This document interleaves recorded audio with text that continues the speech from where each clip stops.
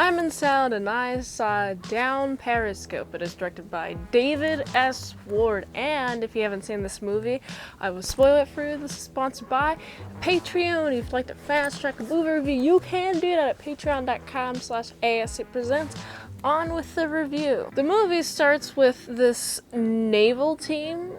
I would say they're commanders. So we have a naval team full of commanders, and they're like, hey, we have a captain. He's asking for a boat. Let's give him a boat. And then he's given a boat. And then, you know what's interesting about this boat? It's rusted. It's from like the 40s. This is a movie from 96. So if I had to guess, this probably took place during the 80s or the 90s. And so what's interesting about this movie is that this guy is not like a good, captain. He's not a good captain whatsoever. He also has this ragtag team of people who flat out disrespect him, and my question now at this point of the movie is, why did the military let him in? Like, seriously. Like, if you're going to deal with like dudes who are flat out just their entire existence is to make your existence terrible, then it's like, why are you here? Go away. Have a different job, okay?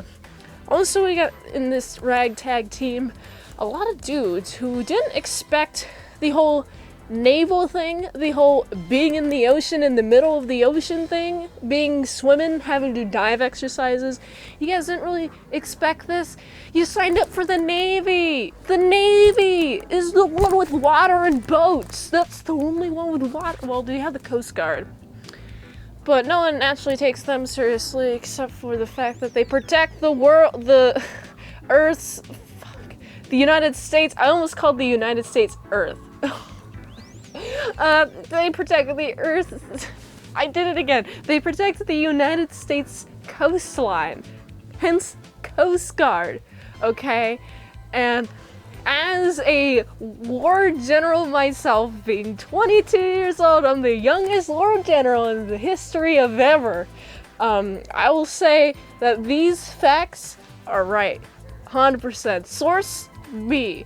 Alright, here we go. So, you could have joined the army. I mean, I guess you could have just stayed at the army. The military, I've heard, is very, very tough. Like, I've encountered a lot of people in my day-to-day life from the past who's like, yeah, I've been in the military, and I gotta tell you, while we were walking, like, hiking 10 miles, we saw the Navy playing volleyball. And when I heard that, and then I watched this movie, and then I noticed these guys is thinking that they're not going to do anything. I'm just thinking, do they think they're going to play volleyball on a ship? No. This is the military we're talking about. Also, it's a submarine. I keep calling it a ship, but this goes underwater, and they got a submarine. And what's interesting about the submarine is even with the depth, you know what it's called, the depth, how much down you can go underwater before your ship wrecks? Oh, safe is 350 feet. Well, it can go up to 500 feet, and then you got like water and light fixtures. And I'm like, how's that not short-circuiting everything? That's an issue. Go back up. Go back up to the goodness of the ocean.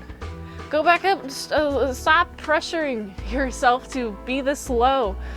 Well, anyway, what's interesting about this weird ragtag team is that, from what I gathered, since the movie is a lot of fun dialogue, I guess it's supposed to be funny.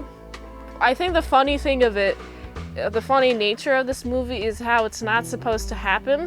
You got like people disrespecting the captain a lot. You got people like, oh, you're gonna walk the plank, because there's like this officer who's, I think he's a lieutenant. He's like, I'm gonna yell at everyone. I'm gonna yell at literally everyone. I'm like, I mean, maybe he shouldn't.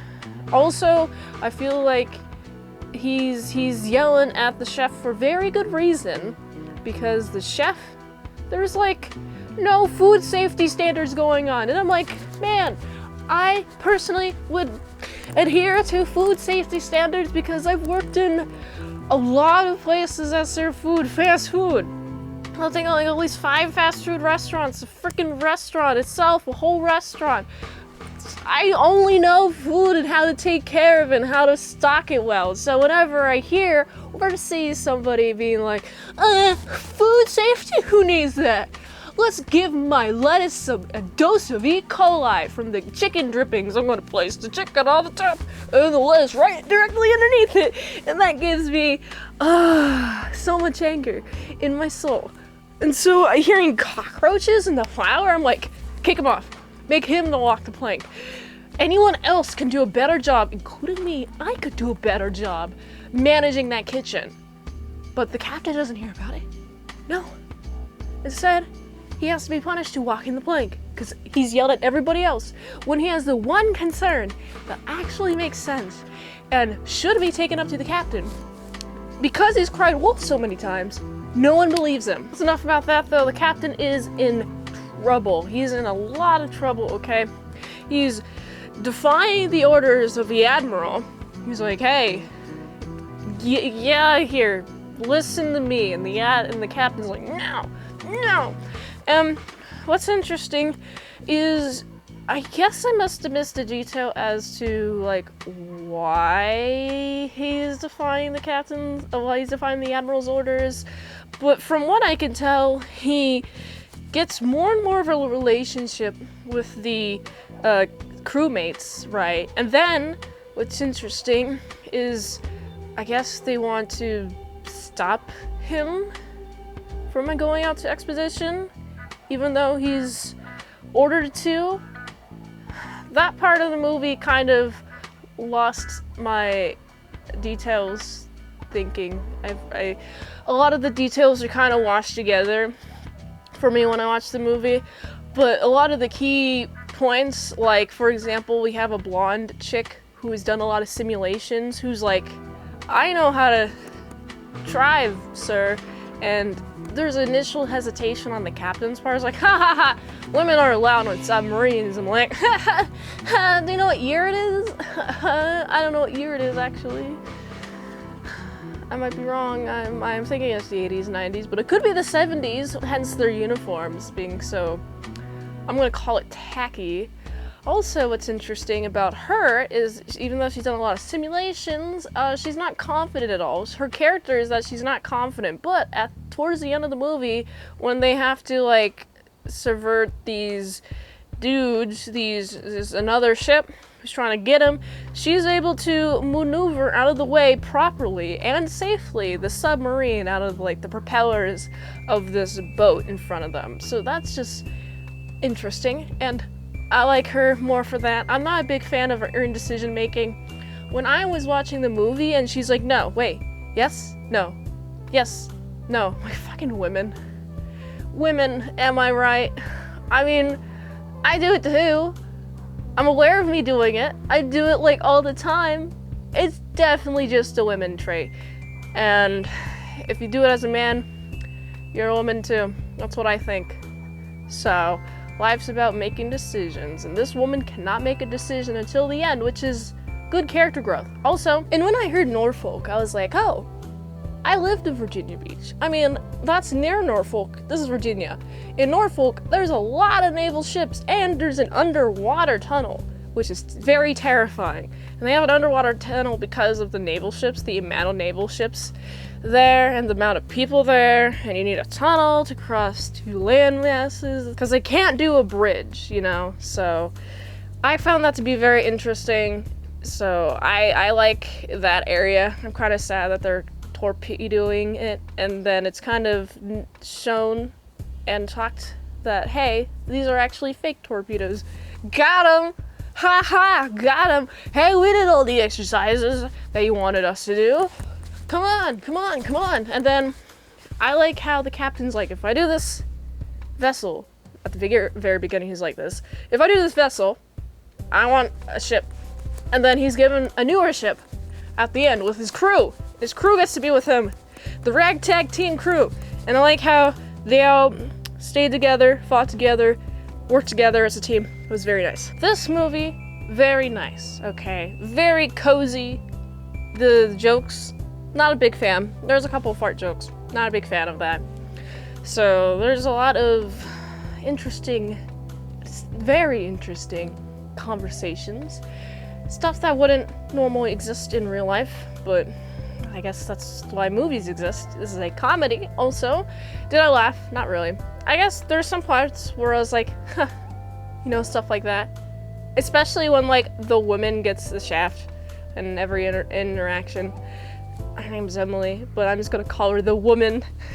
Who needs to remember her name? It's just a woman. So anyway, I like whenever she gets the shaft, I'm like, ha ha, stupid woman. Well, anyway, that's just fun stuff like that. Also, now I'm thinking about Norfolk. This is a total non sequitur to the movie, but I'm gonna finish this movie review and then give some really good advice. Okay, so, this movie, good character development with all of the guys on board, including the woman, but the most character development was the captain and the chick, and then everybody else. I mean, they don't really develop that much. I guess they developed in the sense that they're more disciplined, so that's cool.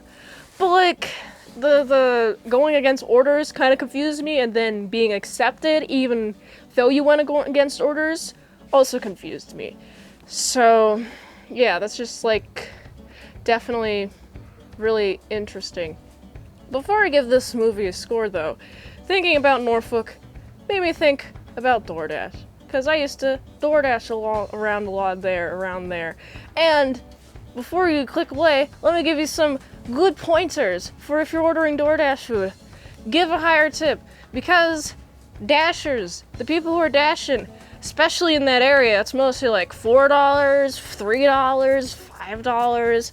Like whenever you have the option to accept an order, it shows you like how much money you get like at the start of that. But if you add a tip at the beginning when you're adding your order, it's actually a higher number, which makes it more likely that somebody who's more competent, who understands DoorDash, like I did, will get your order, okay? So here's what I did when I was a dasher. Anyone who wants to do DoorDash, because I'm not DoorDashing anymore, so I'm free to give this advice. So basically, you can have an acceptance rate for like, I think it's like 33%, and then you're no longer a good dasher or something, but you can have an acceptance rate higher than that. So what I did was I denied all the $3 and $4 options, which were usually going to McDonald's or like Burger King, but I accepted the steakhouse orders, the sushi orders, any orders that come from a restaurant that is more expensive, and bigger orders too. Bigger orders equals you get more of a tip. Just by itself. Applebee's is good for that. There is this lobster restaurant. There's a chain there that I got a lot of tips from. So if you're a dasher, decline orders unless it's like at $8 or $9 that you get. That way, I've gotten like surprise $17 tips using that method versus like, oh, I'm going to be a little bit desperate. I'm going to accept a $5 and it's a McDonald's, and I get to the McDonald's and there's a line, and I go to the McDonald's and I'm like, oh, you have to go through the line. I'm a crotchety McDonald's person. And I'm like, all right, I'm gonna decline this order and wait for a new order. Oh, look, I got a higher paying gig. So that's how you game DoorDash from somebody who used to do it. For me, 3 orders, I'd get $75. And DoorDash kind of promises you up to $33. And I think I got like 2 orders per hour on average. So that's about $50 an hour. So if you're planning on doing DoorDash, especially in a metropolitan city, use the method I just told you. I got you. All right, anyway, now it's time to rate this movie. I honestly would rate this movie a solid 6 out of 10. If you like this review, watch another one. YouTube really likes that. You can also like, comment, subscribe, share this video with everyone you know. The ultimate goal of this channel is for me to become an expert movie reviewer. So if I haven't reviewed on the channel, there's a chance I haven't even seen it at all. If you'd like to request a movie in the comments below, you can do that, or you can fast track a movie review at patreon.com/ASEPresents. $20 a month for 1 movie review per 1 month. $3 a month, how to draw Pokemon tutorials, all at patreon.com/ASEPresents. And if you'd like to help support the daily grindiness of all these daily movie reviews, and go to his link tree to find the way that you can help support the daily grind of all these daily movie reviews. So you can go here, and until next time, I'm Mint Salad. I'll see you later, my salad croutons and big bits.